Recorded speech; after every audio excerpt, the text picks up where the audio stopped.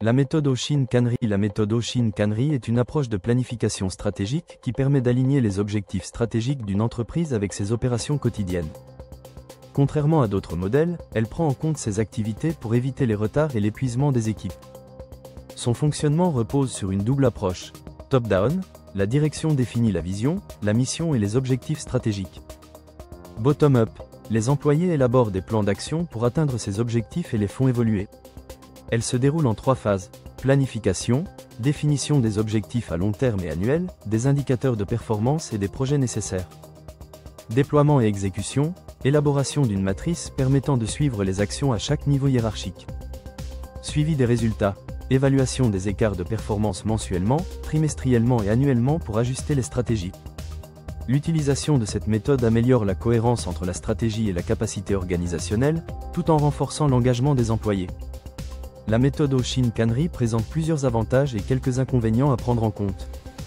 Coche avantage d'alignement stratégique, elle permet de relier les objectifs à long terme aux actions quotidiennes, assurant une cohérence dans la gestion.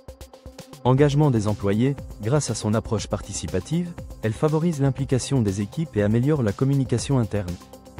Suivi et ajustement, le processus de révision continue permet d'adapter la stratégie en fonction des résultats obtenus.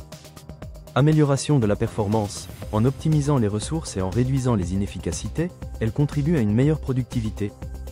3 inconvénients: complexité de mise en œuvre, son application nécessite une forte discipline et une bonne compréhension des principes de gestion stratégique. Temps et ressources, la mise en place demande un investissement important en temps et en formation des équipes. Résistance au changement, certains employés peuvent être réticents à adopter cette approche, surtout si elle implique des modifications profondes dans leur travail. Indicateur de performance, alignement stratégique, vérifier si les objectifs à long terme sont bien intégrés dans les actions quotidiennes. Engagement des équipes, mesurer la participation des employés et leur adhésion à la stratégie. Suivi des résultats, évaluer les écarts entre les objectifs fixés et les résultats obtenus.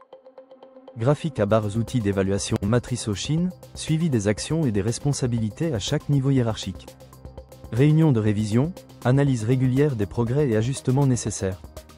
Feedback des employés, recueil des avis pour améliorer la mise en œuvre. Flèche en cercle, amélioration continue, cycle PDCA, plan de check act, processus d'ajustement basé sur l'analyse des résultats. Adaptabilité, capacité à ajuster la stratégie en fonction des évolutions du marché et des besoins internes.